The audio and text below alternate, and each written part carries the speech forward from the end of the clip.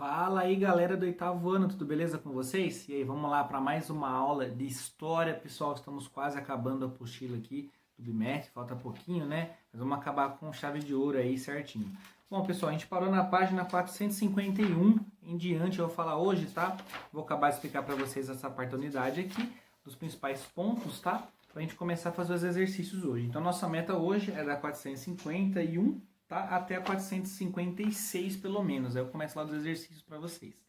Bom, pessoal, o primeiro ponto mais importante de entender as próximas páginas aqui é sobre a Conferência de Berlim. É um assunto até politicamente falando bem complicado, mas para entender é fácil. É a disputa a partir da África, tá? Como eu tinha falando ali, era a questão de estar explorando a África de uma maneira que os países europeus fragmentassem a África para cada um ter a sua fatia do bolo. Como eu falei para vocês, os ingleses e os franceses estavam perdendo territórios aí para os recém-formados aí italianos e alemães, e tinha outros países também de olho nessa fatia do bolo, que era os portugueses, os espanhóis, os belgas, né, os holandeses, entre outras nações aí. Vamos ler um pouquinho dos trechos para a gente entender melhor isso. Olha lá, ó, página 451. O continente africano sempre motivou grandes disputas entre países europeus. Desde o século XV, o território foi alvo de confrontos, né? Até o século XIX, um tratado assinado entre Grã-Bretanha e Portugal reconhecia o monopólio comercial português na bacia do Rio do Congo. Provocou indignação entre outras potências europeias. É meio que a Inglaterra e Portugal falando, nós que mandamos aqui. Entre novembro de 1884 e fevereiro de 1885, já bem antes da Primeira Guerra Mundial ali, representantes de 15 potências europeias, 15 países europeus resolveram fatiar a África. Reuniram para estabelecer as regras de ocupação da África. Olha que absurdo, como se a África não fosse apenas um objeto e não um continente onde moravam pessoas, né?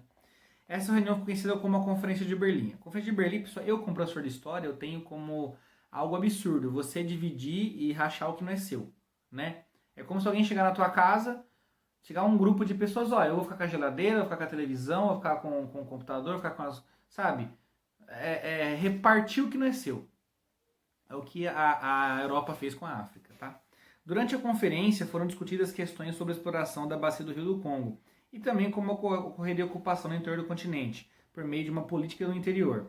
Proposta pelo chanceler alemão Otto von Bismarck, que é o que estava crescendo, a recém-formada Alemanha, a antiga Prússia, conforme o que ficou determinado na conferência. Toda nação que ocupasse o litoral deveria obrigatoriamente expandir suas fronteiras o mais adentro do continente possível, ou seja, dominar o litoral e afundar para dentro da África, né? Também ficou decidido que os países colonizadores tinham obrigação de levar a civilização. Que civilização é essa? Levar o progresso? Levar as cidades? Levar a urbanização? Ou a ganância só, né? Europeia para os africanos, acabar com a prática da escravidão no continente. Ou seja, a princípio a ideia era acabar com a escravidão. Acabar com a escravidão igual tinha no Brasil colonial, mas em compensação começa um processo de neocolonialismo, né? Tudo isso por meio de atividades de um projeto de educação missionária, né? E entra a igreja junto com isso. Na prática, o resultado da Conferência de Berlim não foi tão apaziguador quanto aparentava o discurso. As políticas adotadas incentivaram cada vez mais a disputa das nações europeias por regiões africanas. Aí começa a briga. Ingleses e franceses estranhando com italianos, estranhando com alemães, tá? Isso foi no caso do território de Fachoda, né, no Sudão, em que em 1898 a França e a Grã-Bretanha se confrontaram para decidir quem ficaria com a região. E o caso do Marrocos. O Marrocos foi disputado aí pela França e pela Alemanha entre 1905 e 1911. Ou seja, cada nação europeia queria pegar um pedaço do bolo e começaram as disputas internas ali na Europa para ver quem pegava a fatia na África. Colonização britânica. A gente pode falar que grande parte da área inglesa, da área africana, foi colonizada pelos ingleses. Você pode ver que hoje vários países na África falam inglês até hoje, devido a essa colonização, né, ó. Desde a década de 1870, a Inglaterra já possuía colônias na Ásia, na América e na Austrália, além da África do Sul e colônia do Cabo, né? No entanto, em 1775, né, ela comprou as ações da Companhia do Canal de Suez, canal marítimo que liga o Mar Vermelho ao Mar Mediterrâneo, e efetuou empréstimos ao vice-reino do Egito, Ismael Pátia. Essas ações marcaram início de uma nova fase de ocupação dos ingleses na África. Os ingleses não é a grande parte da África. Aí você tem alguns pontos aqui interessantes para ressaltar essa fase. Ó, no entanto, em 1883, tentando expandir aí a mais território, no Egito, os ingleses estabeleceram um protetorado naquele país, ou seja, impuseram um governo subordinado à coroa britânica, como fosse uma filial dos ingleses ali no Egito. Depois de ampliar o perímetro de segurança do canal, né, os britânicos anexaram o Vale do Nilo e partiram em direção ao Sudão, onde mais tarde enfrentariam a França no episódio conhecido como Incidente de Fachoda. Ou seja, os ingleses e os franceses já tinham inimizades antigas por dominação territorial, e agora ainda mais ali com a questão, né, da África ali. Porém, os ingleses e franceses vão achar um inimigo mais forte ainda. Vamos ver mais para frente aqui. Em seguida, os ingleses avançaram sobre o interior do continente, né, do Sudão, do Egito, da Rodésia, da Nigéria, África Ocidental Inglesa, África do Sul e outras áreas ali, né? Os interesses ingleses ali eram basicamente econômicos, né? Pedras preciosas, né? A questão do carvão e outros produtos ali que achavam de extrema importância para a economia inglesa, né? Só que acontece o seguinte, um dos povos mais violentos, um dos conflitos mais violentos por isso ocorreu em 1899, né? Conhecido como Segunda Guerra dos Boeres, né? Depois de levar um poderoso exército ao território dos boeres, venceram a guerra e dominaram todo o território. Na Austrália e Nova Zelândia, também área britânica, aí, os colonizadores estavam desde o século XVIII, né? Porém, foi no século XIX que consolidaram o Império Britânico, ou seja, os ingleses foram os maiores colonizadores, né? Eu acho que ele responde um pouquinho também da matéria que a gente estuda muito com o professor Max aí. Por que o inglês é tão importante hoje? Por que é tão importante falar inglês? Os ingleses, pessoal, a Inglaterra foi o país que mais colonizou no mundo, digamos em território, questão de dominação política, tudo. Por isso que o inglês virou uma língua mundial. Hoje, o inglês, juntamente com os espanhóis também, o inglês e o espanhol foram as duas nações aí, né, que mais colonizaram no mundo. Por isso que hoje é tão importante saber falar inglês e saber falar espanhol, tá? A gente tem também um pouquinho aqui falando sobre a questão da dominação da Ásia, né? Pelos ingleses também dominaram, além da África, dominaram a parte da Ásia também, quando a nação britânica também chegou na Ásia, pegou a parte da China, né? Pegou parte da Índia, a Índia foi dominação também, a grande parte da Índia é dominação britânica, tá? Né? Teve a Guerra do Ópio com os chineses ali, teve vários pontos. A Guerra do Ópio, pessoal, né? É um tipo de droga que os chineses, as substâncias de sementes de papoula, né? Que teve uma guerra contra os ingleses com os chineses aí por disputa territorial para ver quem dominava esse comércio, né? Logicamente que várias vitórias dos britânicos aí, os chineses foram obrigados a assinar tratados e acordos de paz para liberar os portos chineses para os britânicos. Um exemplo forte disso aqui, pessoal, a gente pode citar, que por muitos anos várias áreas chinesas foram dominadas pelos ingleses, inclusive Hong Kong. Hong Kong é uma área aí que até 1997 era uma área inglesa, na China, por incrível que pareça. Os ingleses dominaram por muitos anos as regiões chinesas, tá?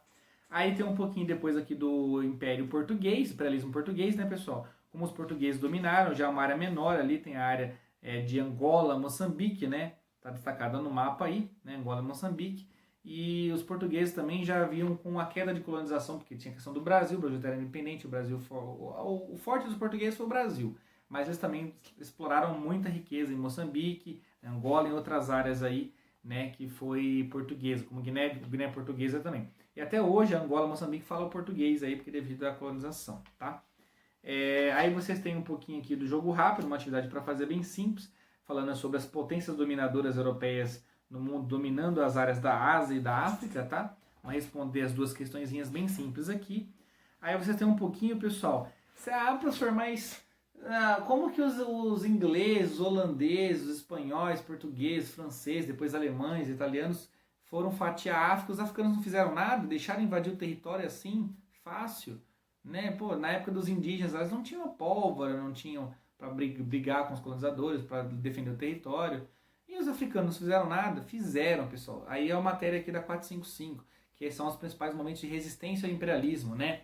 Como a revolta do Magi-Magi, 1905-1907, né? Tem um pouquinho nesse ponto. Tem a rebelião dos Ashanti, em 1890-1900, e a Guerra dos Boxers, né? 1898 a 1901.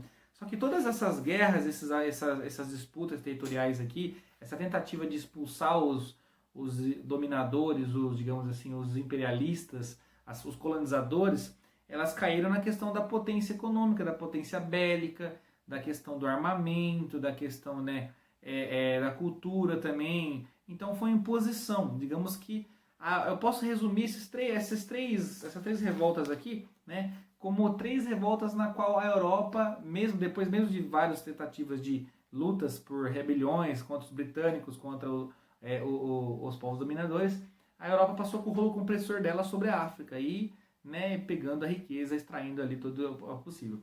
Tanto que alguns pontos a gente pode até citar depois, né, por exemplo, Os ingleses dominam por muitos e muitos anos depois, a área da Índia, a área da China, né, que na Ásia, e também a África praticamente a gente sabe hoje, né, a maioria dos países africanos aí tem a língua inglesa, francesa, português, espanhol, são as áreas que, né, os franceses e ingleses é o que tem mais, que dominaram grande parte da parte africana. E outra curiosidade também é que essa briga toda aqui, né, pode ver que ela vai sempre de 1800 alguma coisa no finalzinho do século XIX e começo do século XX.